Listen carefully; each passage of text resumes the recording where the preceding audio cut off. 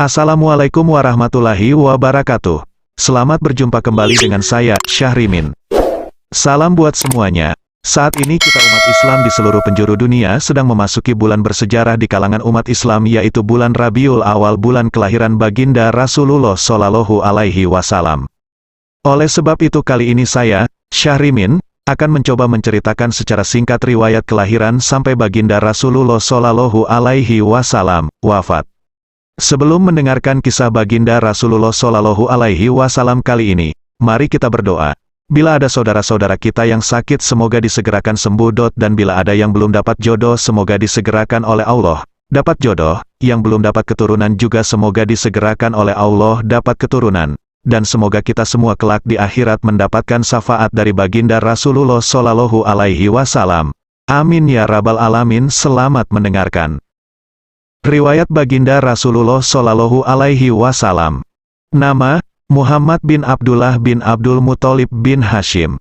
Tanggal lahir, subuh hari Senin, 12 Rabiul Awal bersamaan 20 April tahun 571 Masehi, dikenali sebagai tahun gajah, karena peristiwa tentara bergajah Abrahah yang menyerang Ka'bah.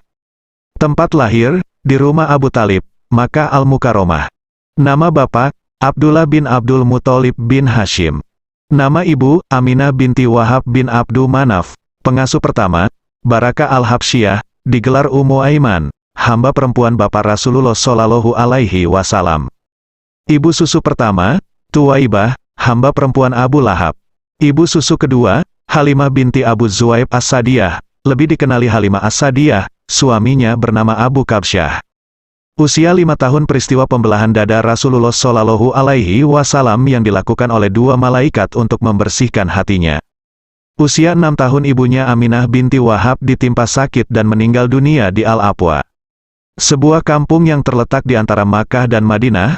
Baginda diasuh oleh Ummu Aiman, hamba perempuan bapak Rasulullah Shallallahu Alaihi Wasallam, dan dibiayai oleh kakeknya Abdul Muthalib, usia 8 tahun. Kakeknya, Abdul Muthalib meninggal dunia pula, lalu baginda Rasulullah Shallallahu Alaihi Wasallam diasuh oleh pamannya, Abu Talib. Usia 9 tahun, setengah riwayat mengatakan pada usia 12 tahun. Bersama pamannya, Abu Talib bermusafir ke Syam atas urusan perniagaan. Di kota Busra, negeri Syam, seorang pendeta Nasrani bernama Bahira. Buhaira telah bertemu ketua rombongan untuk menceritakan tentang pengutusan seorang nabi di kalangan bangsa Arab yang akan lahir pada masa itu. Usia 20 tahun terlibat dalam peperangan Fijar. Ibnu Hisham di dalam kitab Sirah, Jilid 1, halaman 184-187 menyatakan pada ketika itu usia Muhammad Shallallahu Alaihi Wasallam ialah 14 atau 15 tahun. Baginda Rasulullah Shallallahu Alaihi Wasallam menyertai peperangan itu beberapa hari dan berperan mengumpulkan anak-anak panah saja, menyaksikan perjanjian Al-Fudul, perjanjian damai untuk memberi pertolongan kepada orang yang dizalimi di Makkah. Usia 25 tahun bermusafir kali kedua ke Syam atas urusan perniagaan barangan Khadijah binti Khuwailid Al-Asadiyah. Perjalanan ke Syam ditemani oleh Maisarah, lelaki suruhan Khadijah.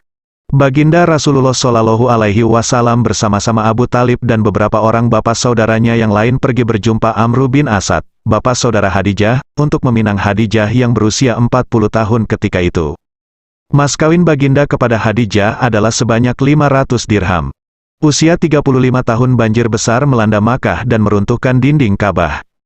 Pembangunan kembali Ka'bah dilakukan oleh pembesar-pembesar dan penduduk Makkah. Rasulullah Shallallahu Alaihi Wasallam diberi kemuliaan untuk meletakkan Hajarul Aswad ke tempat asal dan sekaligus meredakan perselisihan berhubung peletakan batu tersebut. Usia 40 tahun menerima wahyu di Gua Hira, sebagai pelantikan menjadi Nabi dan Rasul akhir zaman. Usia 53 tahun berhijrah ke Madinah Al-Munawwarah dengan ditemani oleh Sayyidina Abu Bakar As-Siddiq. Sampai ke Madinah pada tanggal 12 Rabiul Awal, tanggal 24 September tahun 622 Masehi. Usia 63 tahun wafatnya Rasulullah Shallallahu Alaihi Wasallam di Madinah Al-Munawwarah pada hari Senin, 12 Rabiul Awal tahun 11 Hijrah, tanggal 8 Juni tahun 632 Masehi. Istri-istri Rasulullah Shallallahu Alaihi Wasallam: 1. Khadijah binti Khuwailid. 2. Saudah binti Zamah. 3. Aisyah binti Abu Bakar, anak Sayyidina Abu Bakar. 4. Hafsah binti Umar, anak Sayyidina Umar bin Al-Khattab. 5. Umi Habibah binti Abu Sufyan. 6. Hindun binti Umayyah, digelar Umi Salamah. 7. Zainab binti Jahsy. 8. Maimunah binti Harith. 9. Safiyah binti Huyai bin Akhtab. 10. Zainab binti Huzaimah, digelar Ummu Al-Masakin, ibu orang miskin. 11. Juwairiyah binti Al-Harits. 12. Maria Al-Qibtiyah. 13. Raihanah binti Zaid Al-Quraizah, anak-anak Rasulullah Shallallahu Alaihi Wasallam. 1. Qasim. 2. Abdullah. 3. Ibrahim. 4. Zainab. 5. Ruqayyah. 6. Ummi Kaltum. 7. Fatimah Al-Zahra, anak tiri Rasulullah Shallallahu Alaihi Wasallam.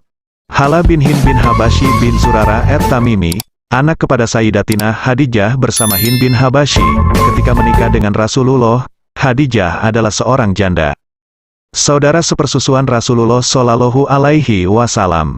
Ibu susuan, saudara sepersusuan 1. Tuwaibah Hamzah. 2. Abu Salamah Abdullah bin Abdul Asad, saudara sepersusuan. 1. Halimah Al-Saidiyah Abu Sufyan bin Harith bin Abdul Muthalib. 2. Abdullah bin Harith bin Abdul Uzza. 3. Syaimah binti Harith bin Abdul Uzza. 4. Aisyah binti Harith bin Abdul Uzza, bapak dan ibu saudara Rasulullah Shallallahu Alaihi Wasallam. Anak-anak dari Abdul Muthalib. 1. Al-Harith. 2. Mukawam. 3. Zubair. 4. Hamzah. 5. Al-Abbas. 6. Abu Talib. 7. Abu Lahab, nama asalnya Abdul Uzza. 8. Abdul Kabas. 9. Hijl. 10. Dirar. 11. Umaymah. 12. Al-Bida, Ummu Hakim. 13. Atika. 14. Arwa. 15. Umaymah. 16. Bara. 17. Safiyah, ibu dari Zubair Al-Awam. Sabda Rasulullah Shallallahu Alaihi Wasallam, barang siapa yang menghidupkan sunnahku, maka sesungguhnya dia telah mencintai aku.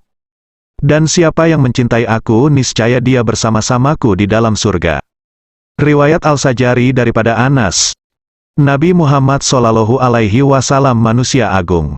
Kenali Nabi Muhammad Shallallahu Alaihi Wasallam secara lahiriah. Begitu indahnya sifat fisikal baginda Rasulullah Shallallahu Alaihi Wasallam, sehingga seorang ulama Yahudi yang pada pertama kalinya bertemu muka dengan baginda lantas melafazkan keislaman dan mengaku akan kebenaran apa yang disampaikan oleh baginda Rasulullah Shallallahu Alaihi Wasallam. Di antara kata-kata apresiasi para sahabat ialah, aku belum pernah melihat lelaki yang segagah Rasulullah Shallallahu Alaihi Wasallam. Aku melihat cahaya dari lidahnya. Seandainya kamu melihat baginda, seolah-olah kamu melihat matahari terbit. Rasulullah jauh lebih indah dari sinaran bulan. Rasulullah umpama matahari yang bersinar. Aku belum pernah melihat lelaki setampan Rasulullah. Apabila Rasulullah merasa gembira, wajahnya bercahaya seperti bulan purnama. Kali pertama memandangnya sudah pasti akan terpesona. Wajahnya tidak bulat tetapi lebih cenderung kepada bulat. Wajahnya seperti bulan purnama, dahi baginda luas, raut kening tebal, terpisah di tengahnya. Urat darah kelihatan di antara dua kening dan nampak semakin jelas jika beliau sedang marah.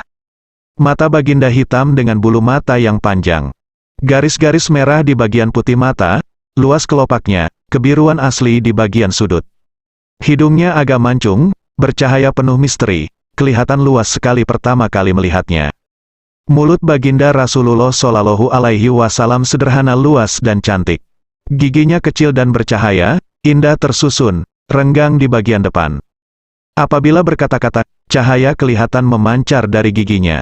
Janggutnya penuh dan tebal menawan, lehernya kecil dan panjang, terbentuk dengan cantik seperti arca. Warna lehernya putih seperti perak, sangat indah. Kepalanya besar dan proporsional bentuknya, rambutnya sedikit ikal. Rambutnya tebal kadang-kadang menyentuh pangkal telinga dan kadang-kadang mencecah. Bahu tapi disisir rapi, rambutnya terbelah di tengah. Di tubuhnya tidak banyak rambut kecuali satu garisan rambut. Dari dada ke pusat, dadanya bidang dan selaras dengan perut. Luas bidang antara kedua bahunya lebih daripada biasa.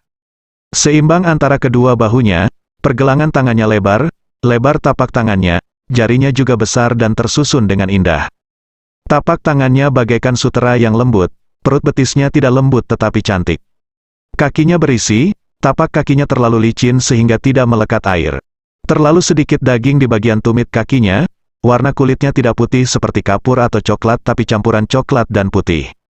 Warna putihnya lebih banyak, warna kulit baginda Rasulullah Shallallahu Alaihi Wasallam putih kemerah-merahan.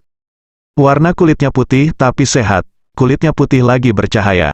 Bidang badannya sempurna, tulang-tulangnya besar dan kokoh.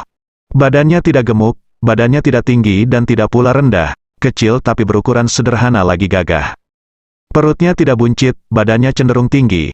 Apabila berada di kalangan orang ramai, baginda Rasulullah Shallallahu Alaihi Wasallam kelihatan lebih tinggi daripada mereka.